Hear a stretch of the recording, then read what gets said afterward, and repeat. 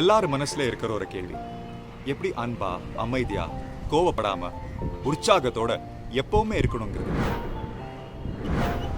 இதுக்கு 2 வழி இருக்கு. முதல் வழி பழக்கப்படுத்திக்கிறது, அதாவது பிராக்டிஸ். டெய்லி அன்பா கோவப்படாம மற்றவங்க எமோஷன்ஸ்க்கு மதிப்பு கொடுக்கறதுக்கு, முக்கியமா நமக்கு கிடைச்சிருக்கிற எல்லா விஷயத்துக்காக நம்ம நன்றி மனப்பான்மையோடு இருக்கிறதுக்கு ப்ராக்டிஸ் பண்ணணும். இதை டெய்லி ப்ராக்டிஸ் பண்ணி ஒரு பழக்கத்துக்கு கொண்டு வந்துட்டோம்னா கண்டிப்பாக உங்களுக்கு ஒரு ரிசல்ட் கிடைக்கும். ஆனால் இந்த வழி மேலோட்டமானது. இன்னொரு வழி இருக்கு, அது இன்னும் ஆழமானது. அந்த வழி என்னென்னு தெரிஞ்சுக்கிறதுக்கு முன்னாடி ஒரு இன்ட்ரெஸ்டிங்கான உதாரணம் கொடுப்பேன். ஒரு மாமரம் இருக்கு. அதில் இருக்கிற மாம்பழத்தை பார்த்து நீ புளிப்பாலாம் இருக்கக்கூடாது, இனிப்பா மட்டும் தான் இருக்கணும்னு சொல்ல முடியுமா? அந்த மாமரம் செய்கிற ஒரே விஷயம், தன்னை முழுமைப்படுத்துறதுலையும் ஸ்ட்ராங் ஆகிறதுல மட்டும் தான் கவனம் செலுத்துது. அந்த மாமரம் ஒரு சின்ன செடியாக இருக்கும்போது ஈஸியாக ஒடிச்சிடலாம். அப்படி இருந்த ஒரு செடியோட பிரான்ச்சஸ் சூரியனை நோக்கி பெருசாக வளருது. அதோட ரூட்ஸ் நியூட்ரியன்ஸை தேடி மண்ணுக்குள்ளே டீப்பாக வளருது. கொஞ்ச நாள் கழிச்சு அதை அசைக்க முடியாத முழுமையான ஸ்ட்ராங்கான மரமாக மாறுது.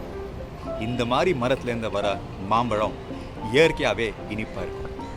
இதே மாதிரி தான் நான் சொல்ல போகிற இன்னொரு வழி, அ டீப்பர் அப்ரோச், யோகா வழி. யோகா 3 விஷயத்துல கான்சென்ட்ரேட் பண்ணணும்: பாடி, மைண்ட் அண்ட் எனர்ஜி. நம்ம பல வகையான ஆசனா செய்யும் போது நம்ம பாடி ஃப்ளெக்சிபிள் அண்ட் ஸ்ட்ராங் ஆகுது.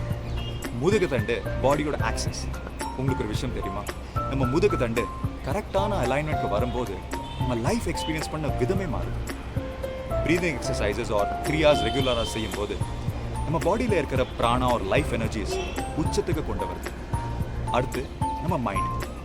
தொடர்ந்து மெடிடேஷன் பண்ணும்போது நம்ம மைண்ட் அமைதியாகுது. நமக்கு ஒரு செல்ஃப் கண்ட்ரோல் கிடைக்குது. இந்த மாதிரி நம்மளோட பாடி, மைண்ட் அண்ட் எனர்ஜியை தயார் பண்ணும்போது நம்ம முழுமை அடைகிறோம். நம்மளோட பெஸ்ட் வெர்ஷனாக இருப்போம். அதுக்கப்புறம் அன்பா அமைதியாக கோவப்படாமல் எனர்ஜெட்டிக்காக இருக்கிறது இயற்கையாகவே நடக்கும். டெய்லி ப்ராக்டிஸ் பண்ண தேவையில்லை. பல உலக நாடுகளில் இப்போ யோகா பண்ண ஆரம்பிச்சிட்டாங்க. ஆனால் அது நம்ம இந்தியாவுடைய பாரம்பரிய சொத்து. பல ஆயிரம் வருடங்களாக யோகா இருந்துக்கிட்டே இருக்குன்னா அதுக்கு ஒரே ஒரு காரணம், அது வேலை செய்யுது. It works. உலகத்தில் இருக்கிற எல்லாரும் யோகா பண்ண ஆரம்பிச்சிட்டாங்க. நீங்கள் எப்போ ஆரம்பிக்க போகிறீங்க? நம்ம சொத்தங்க விட்டுறக்கூடாது. ஹாப்பி வேர்ல்ட் யோகா டே.